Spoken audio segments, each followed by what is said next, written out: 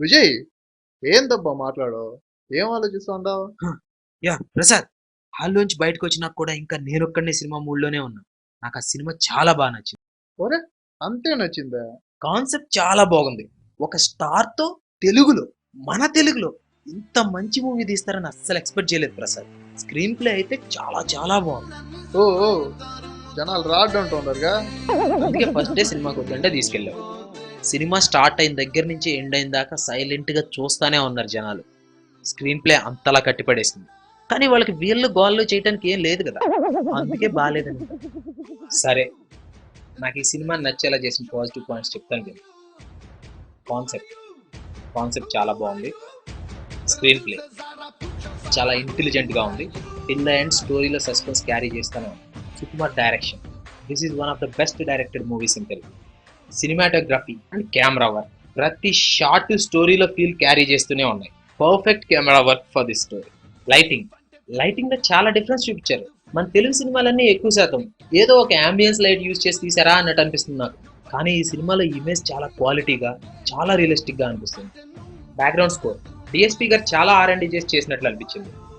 Acting, Mahesh Babu గారి acting అయితే peaks. Heroine acting okay, first cinema అయినా కానీ చాలా బాగా చేసినట్లే. అసలు ఈ సినిమాలో ప్రతి క్యారెక్టర్ చాలా ఇన్వాల్వ్ అయి చేసినట్టు అనిపిస్తుంది. ముఖ్యంగా అన్నెసరీ కామెడీ ట్రాక్లు, అవసరం లేని వల్గారిటీ, అర్థం లేని పాటలు, అరుపులు పుట్టించే డైలాగులు, ఆర్పలేని బ్లాస్ట్లు, comedy, sentiment, horror, thriller, action, drama, ప్రేమ అన్నీ కలిపి ఒకే సినిమాలో ఉండే అతి సహజమైన తెలుగు సినిమాలు అన్నిటికంటే భిన్నంగా ఉన్న ఒకే ఒక సినిమా వన్ నేనొక్కడిని. ఏందేందేందే అట్నా పనే? మహేష్ బాబు డైలాగులు చెప్పలేదని నువ్వు చెప్తావా? సర్లేగానే, ఇంకేం నచ్చిందో చెప్పు. ఇంకా అంటే Mahesh dance, songs, locations, fights ఇలా చాలా ఉన్నాయి. ఓయ్ ఓయ్, ఆపకపోతే ఆస్కార్ వచ్చిద్దని అనుకున్నావుగా. నచ్చింది చాలుగానే, నచ్చిందేందో చెప్పు. ఓకే, నాకు నచ్చిన నెగిటివ్ పాయింట్స్ చెప్తాను విను. సినిమా కొంచెం లెంత్ ఎక్కువైనట్టు అనిపిస్తుంది. కొన్ని సీన్లో బ్యాక్గ్రౌండ్ స్కోర్ బదులు ఓన్లీ సౌండ్ ఎఫెక్ట్స్ యూస్ చేస్తే బాగుండేమో అనిపించింది. రాక్ స్టార్ అనే క్యారెక్టర్ ఒక పాటకే పరిమితమైన తప్ప సినిమాలో ఎక్కడా ఎలివేట్ అవ్వలేదని నాకు అనిపించింది. హీరో ర్యాండమ్గా సెలెక్ట్ చేసుకుని వెళ్ళిన ప్లేస్లో తను వెతుకుతున్న పర్సన్ ఉండడం టూ మచ్ కోఇన్సిడెన్స్ అనిపించింది. స్టోరీ లాజికల్గా సాగిపోతున్న తరుణంలో చిన్న లాజిక్స్ మిస్ అయినాయేమో అనిపిస్తుంది. I don't like one particular scene. అన్నెసరీగా హీరోకి యాక్సిడెంట్ అవుతుంది. కట్ చేస్తే హీరో ఫ్రెండ్స్తో క్యాజువల్గా మాట్లాడుతూ ఉంటాడు. ఇవే నాకు అనిపించిన నెగిటివ్ పాయింట్స్ ప్రసాద్. అట్నా పనే? నువ్వేం చెప్తావు నాకు ఒక ముక్క అర్థం కాలేదు. ఇంత లెక్కల పుస్తకం లాగా ఉంది. నాకైతే అదేదో కొత్త రకం సినిమా చూసినట్టు ఉంది బాసు.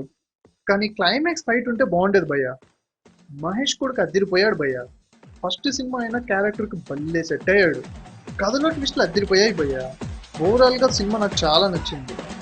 కానీ మళ్ళీ కానియండి ప్రసాద్. మరేంటి భయ్య జనాలు తలనొప్పి అది ఇది అంటుండారు.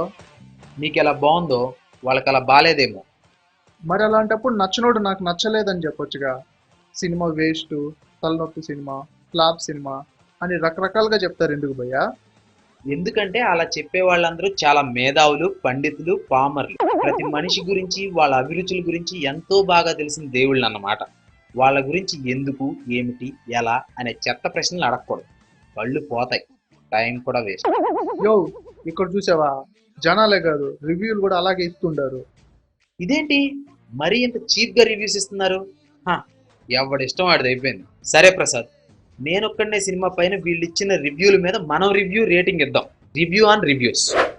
అట్నా పనే? ఇదేదో బాగుందా? సరేగానే, ఇదేదో 123 తెలుగు.com అంట. రివ్యూ మాత్రం ఇంగ్లీష్లో ఇచ్చాడు. నువ్వేదో చదివి చెప్పు. ఏం లేదు ప్రసాద్, ముందు ఇక్కడ సినిమా ఎవరు తీశారు, ఎవరెవరు నటించారు, ఎవరెవరు పనిచేశారు, వాటి వివరాలు ఇచ్చారు. అట్నా? అవి అందరికి తెలుసుగా, ఈయనేంది మళ్ళీ చెప్పేదా? ఆ తర్వాత స్టోరీ అని ఏదో రాశారు.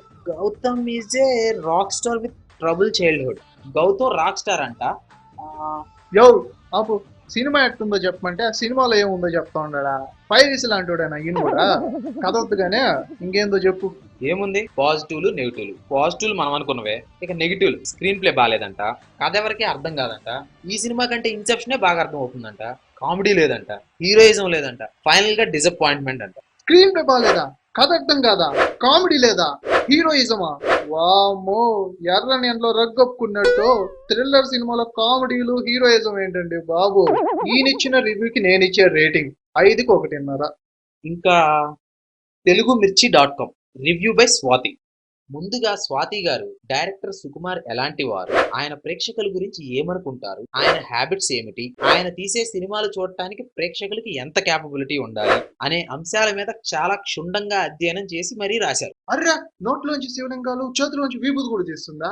ఎక్కడో ఉన్న డైరెక్టర్ గురించి జనాల గురించి అంత కరెక్ట్ గా చెప్పిందంటే అక్క చాలా పవర్ఫుల్ దేవతము. ఇంకేం చెప్పిందా? తర్వాత ఏముంది, స్టోరీ చెప్పేసింది.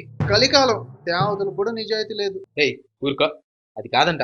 ఈ సినిమా స్టోరీ చాలా కాంప్లెక్స్ గా ఉంటుందట. అందుకే మేడం గారు దాన్ని అర్థమయ్యేటట్టు వివరంగా రాశారు. అది చదివి మనం సినిమాకి వెళ్తే బాగా అర్థం అవుతుందట. ప్రభువా, పాపులను కాపాడుటకు పరలోకము నుండి నీ బిడ్డను పంపినావా? ఇంకేం చెప్పిందన్నా? సుకుమార్ గారు చివరికి కథని ఎలా నడపాలో తెలియక స్టీరింగ్ వదిలేశారట. సినిమాలో లాజిక్లు లేవట. క్లైమాక్స్ చెత్తగా ఉన్నా గానీ మహేష్ బాబు గ్లామర్ చూడటానికి ఆడియన్స్ హాల్లోనే ఉన్నారట. అసలు ఇదంతా డైరెక్టర్ ఫాల్టేనట.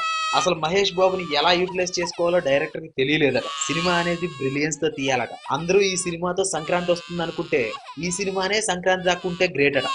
ఈ విషయాలు మేడం గారు చాలా కాన్ఫిడెంట్ గా చెప్పారు. సినిమాల గురించి తలపండిపోయి స్టీవెన్ స్పీల్బర్గ్ కి ట్రైనింగ్ ఇచ్చిన మేడం గారు తెలుగు డైరెక్టర్లకు సినిమాలు ఎలా తీయాలి అనే అంశాల గురించి రాబోయే రోజుల్లో చెప్పనున్నట్లు సమాచారం.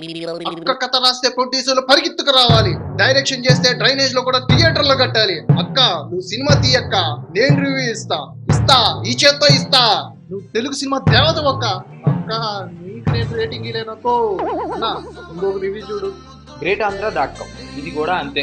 అన్ని నెగిటివ్ పాయింట్స్ అని చెప్పే పాజిటివ్ పాయింట్స్, కామన్ బ్లా బ్లా బ్లా. కానీ దీనిలో అనాలిసిస్ కొంతవరకు కరెక్ట్. అందుకే వీళ్ళకి 2.5 రేటింగ్. ఓకే, ఇంకా idlebrain.com రివ్యూ బై జీవి.